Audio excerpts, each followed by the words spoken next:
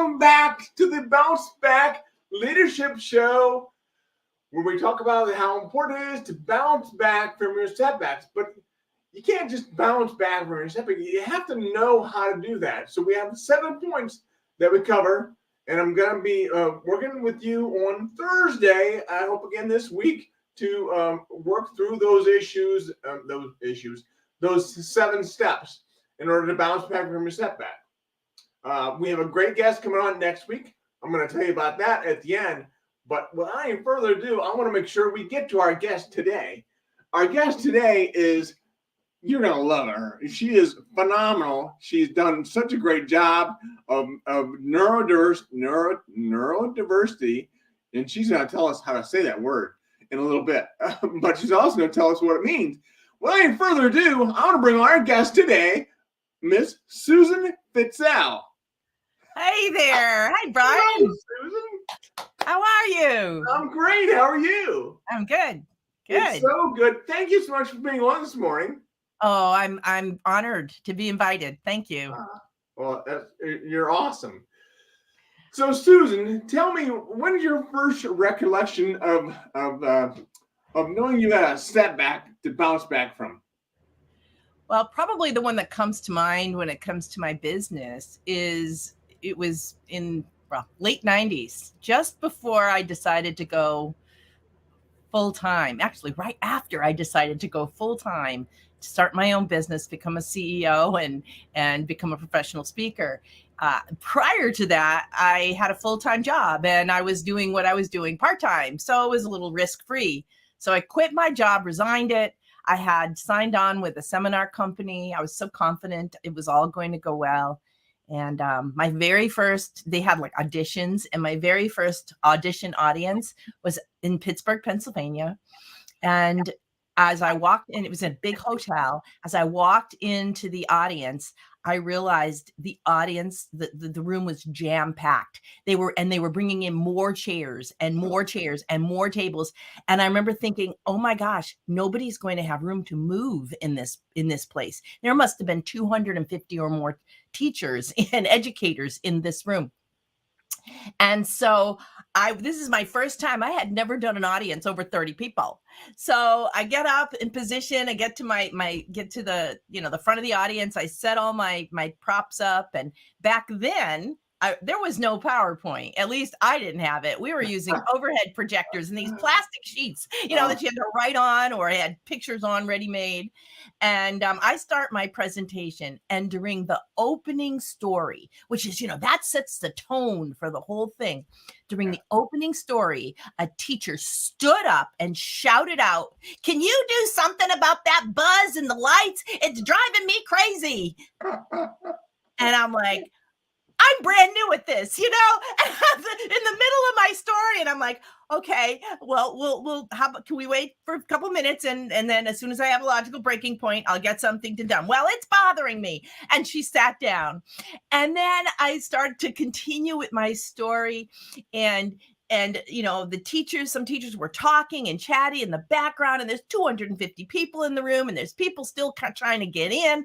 It was just not the environment you want to start a presentation. And it was a full day presentation. Oh, that isn't even the end of it. Then the projector broke. And so here I am. I'm not even in the first hour of the presentation, and I'm having to call tech support about the projector because it broke, and that was provided by the hotel. So then we recovered from that. And then we had a break. And at break, some teachers came up to me and they're saying to me, "Can you tell so-and-so behind me to stop talking? And can you tell so-and-so to do this?" And they're talking and I can't hear you. And it was just crazy. And I'm thinking, oh my goodness. Well, as this is happening, I'm escalating and trying not to, right? So I can feel my anxiety increasing. Oh, yeah. And so, then, I tried to say something very nice to the audience about, there are people who can't hear, da, da, da, da. Then it was lunch. We go to lunch. I come back. And this was just before the holidays, just before Christmas. As I'm walking into this room again to finish the day, I see a full high school band marching in to that room. And in the room right next to me. like a full blown high school band. And the walls, those divider walls are so thin, you could hear their dishes. They were having a luncheon meeting and you could hear their dishes clattering. And people started complaining, I can't hear because of these dishes clattering on the side. And then the next thing you know, I'm trying to tell another story and give some strategies. And the band starts going off singing, hallelujah, hallelujah. Oh my gosh. It was like, you couldn't imagine a worse horror show. But what I realized then, at that point, I was flustered. And I learned something so important because of that horrible, horrible, horrible experience. Of course, with a seminar company, your evaluations are everything. And they were horrible. Everybody complained about everything, and you know, and scored me very low. And I was just devastated because you had to have in the audition, you had to have a certain level of score to get pushed through and to be able to go to the next level and become a real speaker. Well, it was just a disaster. And you know, just to say that that night, I started into tears streaming down my face, started changing up those overhead slides, trying to wipe them off and put new things on them and address some things that I had to read every one of those 250 evaluations. It was horrific. And then I come from Holyoke, Massachusetts. And in Holyoke, Massachusetts, we have ideas. We don't have ideas. We have ideas. And there were people who wrote on the evaluation, where's she from? Like, she doesn't know how to say the word idea. You know, somebody else put a paper on my desk that says, what do you call a blind deer in the woods? I mean, no, a blind deer in the woods. No idea. You know, I mean, it was just like, a blind joke on my table. It was just crazy. So I realized after that, I was so devastated, and I was very fortunate. All of us who work for this company had a coach and a developer. The next day, my scores were like way better, was in the range of where they needed to be. And he said, you know, Susan, he says, nobody goes from these very low scores one day to very high scores the next day. You just had a really bad situation. And so, but I had to get another audition. And so it took me a year to get that audition. And he convinced the boss to give me that other chance, because he says, this was everything that could go wrong went wrong. Well, but that year I had to do some serious deep thinking. I mean, I developed stage fright. Here I just quit a secure full-time teaching job to do this for a living, to try to make a difference in the world. And I had stage fright, and I was going to be a professional, speaker and trainer and keynoter. How the heck do I get back on that stage? And that was the setback. It was a major, and it could have been a life-changing in some ways for the good. It could have gone the bad way, but a life-changing setback. Wow. If you want to hear more, stay right there.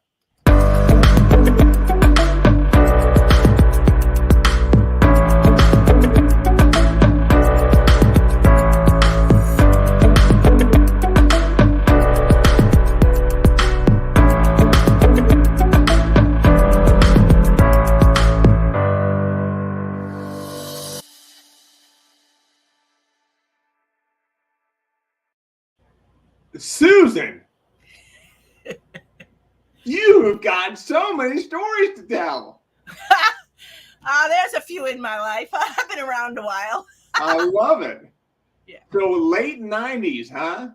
That was the late 90s. That was when I first started out with my own company full-time to do what I'm doing today.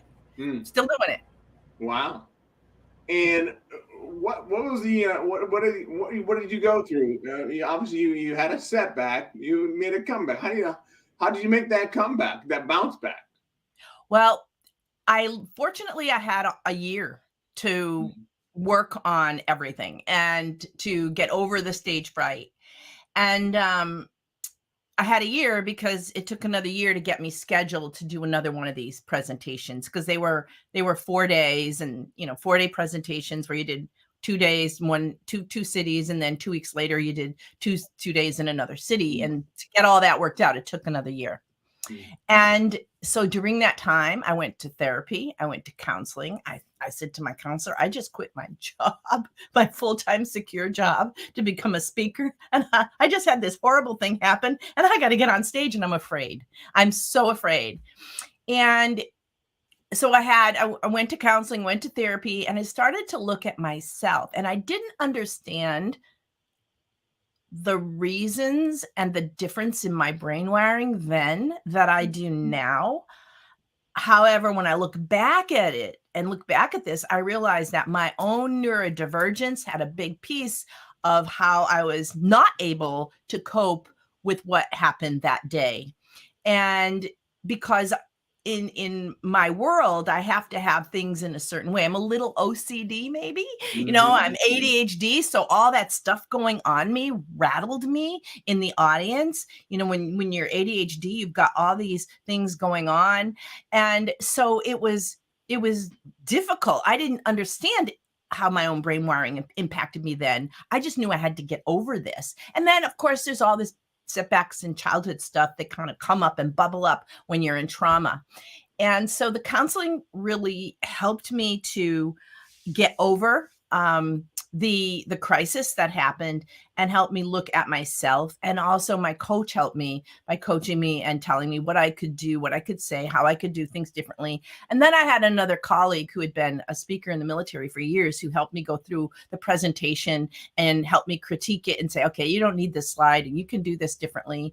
And what I learned from that was when you get flustered as a speaker, and this is a lesson I've never forgotten, and it's only happened to me twice. There was one other time when I was quite seasoned that it happened again.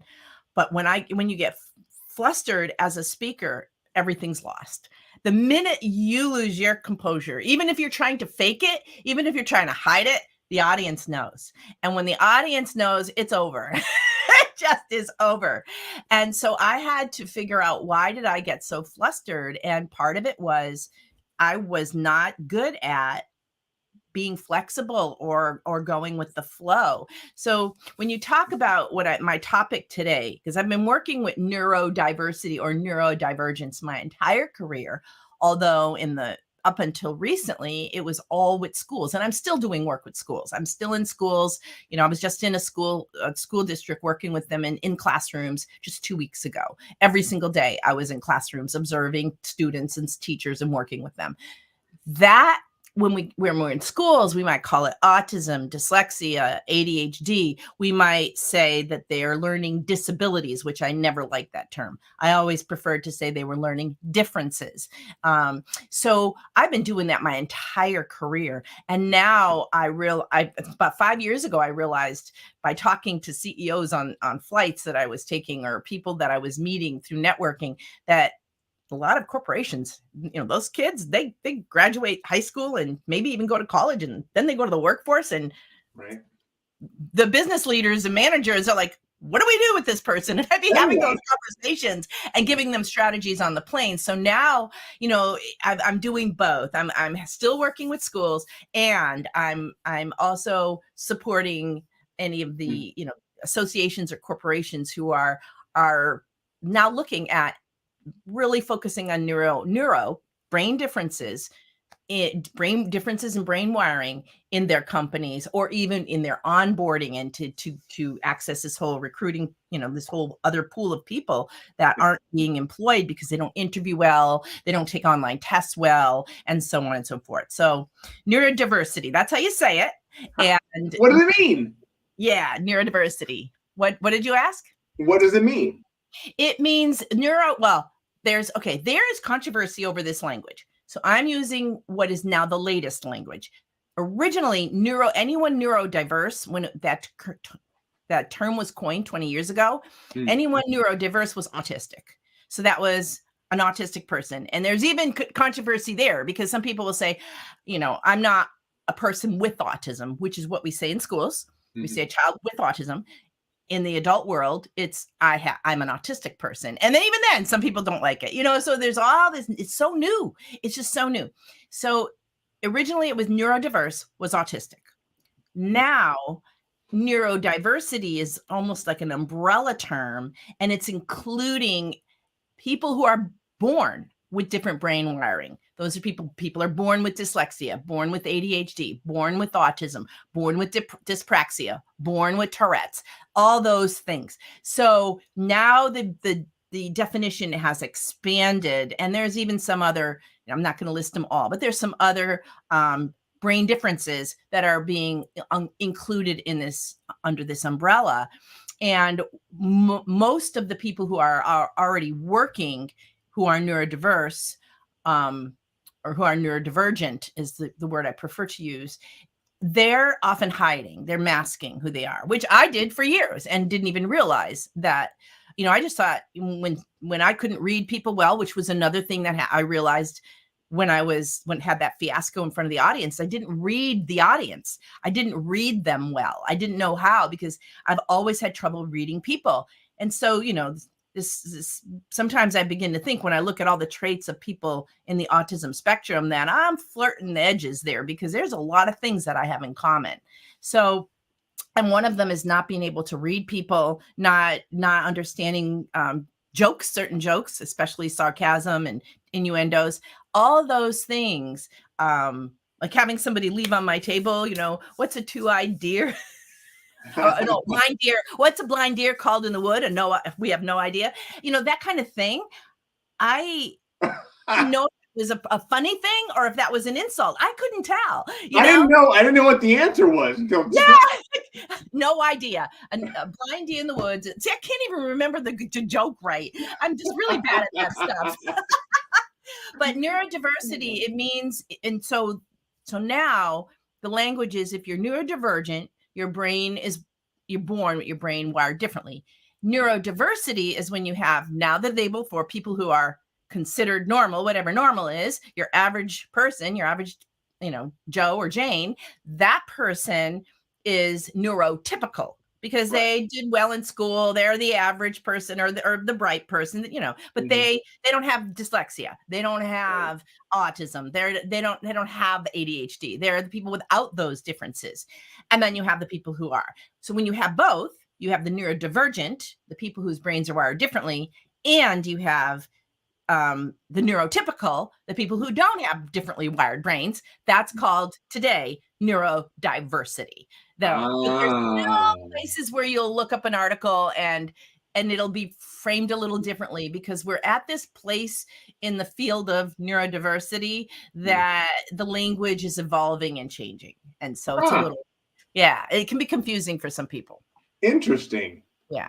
I didn't know that. So I know you also have a relative who is somewhere on the spectrum, or how do I say that? In the spectrum. So she is intellect. Not only is she in the autistic spectrum, she is intellectually disabled, or intellectually disabled. They're called ID kids. There's labels for everything, right? Yeah. And the labels, I guess, help people to know what to do to help others, but there's downsides to the labels too. But she is intellectually disabled, and about 2012, I got involved with her life. She's a half sister from another family. My dad had another family, and both her parents were gone. And I felt that I couldn't just leave her out to be, to have her life ruled by people who didn't know her, didn't love her, didn't care about her. And, and she had a lawyer who was a nice lawyer, but he was the person who saw her once a year, who would make life and death decisions for her. And I just couldn't abide that. Just wasn't going to be okay with me. And so I fought 2 years to get her to be co-guardian. And then I became full guardian about 3.5 years in. And that has been an incredible journey, realizing, I didn't know at first that she had autistic behaviors, and that she was in many ways very autistic. And she hadn't been labeled that way. She'd been labeled with other diagnoses. And then when a doctor pointed that out to me, I went, oh my goodness, recommended multisensory therapy for autistic people. And I hadn't even thought about it. It was a doctor that one said, she's autistic. And so then I also learned so much from her. I got into the relationship with her, because I knew her as a child, but I was already a grown woman when she was born. And Right. so I lived 2.5 hours away. So I'd only Mhm. see her on holidays and just short visits. I didn't really know her when I took this Mm. on to be her guardian. And I wanted to help her. And I got to say, there's so many things she's taught me. And even things like, here's an example that happens with a lot of people with autism and children with autism. They do something called stimming. And stimming, Mhm. her stimming would look like this. She'd get excited and she'd go, "Ee!" Or she would have animal noises come out. And when Mhm. I first started working with her, I would discourage that. And I'd say, don't do that. No, people don't do that. You don't look around you. Nobody else is doing that. And now I've learned how that behavior calms people in the spectrum, that it's an important part of who they are. And so I would never have known that. And I didn't know it then. And then I felt bad. But I think sometimes there's been setbacks with her too, major ones. Because I'm dealing with basically government agencies and agencies that are caring for her, and not everything goes smoothly. And we had a crisis just last year 2020 with her. After several minor crises, we had a huge one. And, learning about her and how she operated and what she needed also taught me so much about neurodivergence and autism and just what people will do. I mean, she's learned to mask. She's learned to create a whole drama around herself to get what she wants, because that's what she's had to learn how to do to survive. And a lot of times people who have differently wired brains will do that. And I realize I did too, in my own way. In with the things that I had, I tried to hide certain things. I'm dyslexic. Until several years ago, I wouldn't probably have told anybody that. I thought I was just a slow reader, and I wouldn't have told anybody how I managed to get through my books and how I managed to. But once audiobooks became a thing, and once I started to be able to write my books through talking my books with speech to text, I did all of that. And then I started realizing it's okay to be different, and it's Right. okay. And people need to know how to do this. And then I started teaching others how to do it. Wow. Yeah. Wow. That is incredible. I love that so much. You've done such a great job with your sister. You've done such a great job yourself. How have you been able to do that and just your late 90s to 2022? How have you been able to do that consistently well enough to provide for your family and do all that? I look back and I believe finding people in my tribe, two big things, and two came to a head recently in the last 2 years because of the latest crisis with my sister. But I think in the early years, it was finding people who supported me. It's very important to not listen to the naysayers, or if you have naysayers, if you have people that are, putting you down or telling you should be doing things a different way, that you have a very tight, close group of people who know you well, who understand what your goals are, who believe in you and are there for you. And I had that. I had that with my family, and I had a business manager who's been with me almost 24 years now. Wow. And he always was there rooting for me too. So, and then I had a few other really close friends who believed in what I was doing, and clients who believed in me. So I think one of the things that many of us do when we're trying to be entrepreneurs or speakers or doing something where we're putting ourselves out there, and when we put ourselves out there to say things that are different, that to say things that other people may not agree with, we need to have a solid network. And because what for me happens, and not everybody does this, but I know a lot that do, you get the one negative evaluation, you get the one horrible review, you get the one person that tears you apart, and you let that take precedence over all the other positive things that you hear. I know so many speakers, they get one negative evaluation and that they cry all night. I mean, it's that's what you think about. You don't think about the 200 that were wonderful. You think about the one that was terrible. And so I think one of the things I had to learn how to do is rely on my support network and find strategies to not worry about the negativity that might be out there. And that was hard because, there's a lot of us who want that approval and who aren't maybe so confident as we look to others, and those things can cut us deeply. I had to learn how to put that aside. So I had a network, and then in the last 2 years, it all came to a head. I had to hire a lawyer to get my sister into housing because she was kicked out of her adult care home, and literally packed in a car and driven to a respite center because that person didn't want her anymore. And I was it's craziness. And I had to get a lawyer and had to deal with lawyers writing negative things, their lawyers saying all this stuff and blaming me and blah blah blah. And I got an even tighter, closer network of friends who was COVID. We were meeting twice a week on Zoom and lifting each other up, supporting each other, helping each other, reframing things in the positive. I started doing a lot of reading. I think sometimes when we go through setbacks, we can do two things.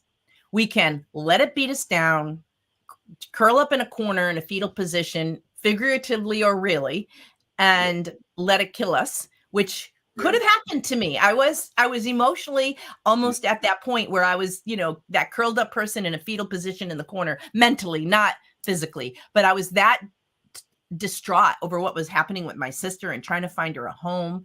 But then I chose instead I said, I can't do this. It's impacting my business. It's impacting my life. It's impacting my family. I can't do this anymore. And I started to grow. I started to get books. I started to listen to podcasts. I started to I didn't get a counselor. It was COVID. I ended up having this network of friends that just were like-minded. I took a workshop with, I think one of the other big things that happened was I took a workshop with a woman, Michelle Villalobos, and it was all about, one of her big things was aligning with your values. And I realized I had people in my life, and I was working with some customers that weren't aligned with my values and were actually toxic for me. And I let them go. And that was so hard. But I had the support again from those people around me to make those decisions and be, when I had doubts, lift me up. And I really feel that's critical to come when you're coming back from a setback. I know the story of, you and the letter your daughter wrote you. And I imagine that is the same thing what you've had to deal with and how you get through things. Yeah, absolutely. I mean, that's paramount for me. Being able to to identify with somebody that is there to help me, and know that they love me, even though they sometimes give me, harsh news. I mean, it's part of life, part of getting better. So, I can't believe that we are already at the end of our time together. The half hour has gone by so fast. I talk a lot. I guess that's another one. I don't know when to shut up sometimes. Would you be willing to come back? Absolutely. Yeah? Yes, I'd love to. Awesome. Yeah. So, Susan, if you would leave us with what is one thing you want to leave us with? I think if anything, one of the most important things that has gotten me through the pandemic and all the setbacks I've had in my life, and I call it look for the silver linings. I mean, some people say positivity, I have to find the good in a situation. I have to figure out, what is there something positive that can come out of this that I can learn from, grow from, be better because of. And I feel that if when we have setbacks, all of us, you, me, and anyone listening, no matter how bad the setback is, if we can find the silver lining, it may take us, some time to get over the trauma, but find the silver lining and then look at how we can benefit, how we can help others, how we can be, use it to grow as a human being. That's what's going to make our life a rewarding and meaningful life and help us get through those rough spots. Awesome. Great. Thank you so much. You're welcome. Thank you for being on today. I look forward to having you back on. I'm just very much indebted to you for being on, and this has been great. So, well, thank you. Yeah. If you don't mind, go into the green room for me and hang out there, and I'll be right back. All righty. Thank All right. you. Great. Yeah. Thank you. Wow. What a great interview. What a great session with Susan Fitzell. I'm looking forward to having her back on. I think it's going to be phenomenal to get to continue to grow with her and have all you grow with her as well. So if there's everything else that I can do to help you, I want to make sure that I do that. Remember that I'm here. Now, we do have a great show coming up next week. We have Mary Kelly coming on to join us. So you're going to be in for a big treat with having her on. So look forward to that. If there's ever, sorry, I'm getting stuck on my words. But if there's ever anything that I can do, by all means, let me know. And as always, keep one eye on the road.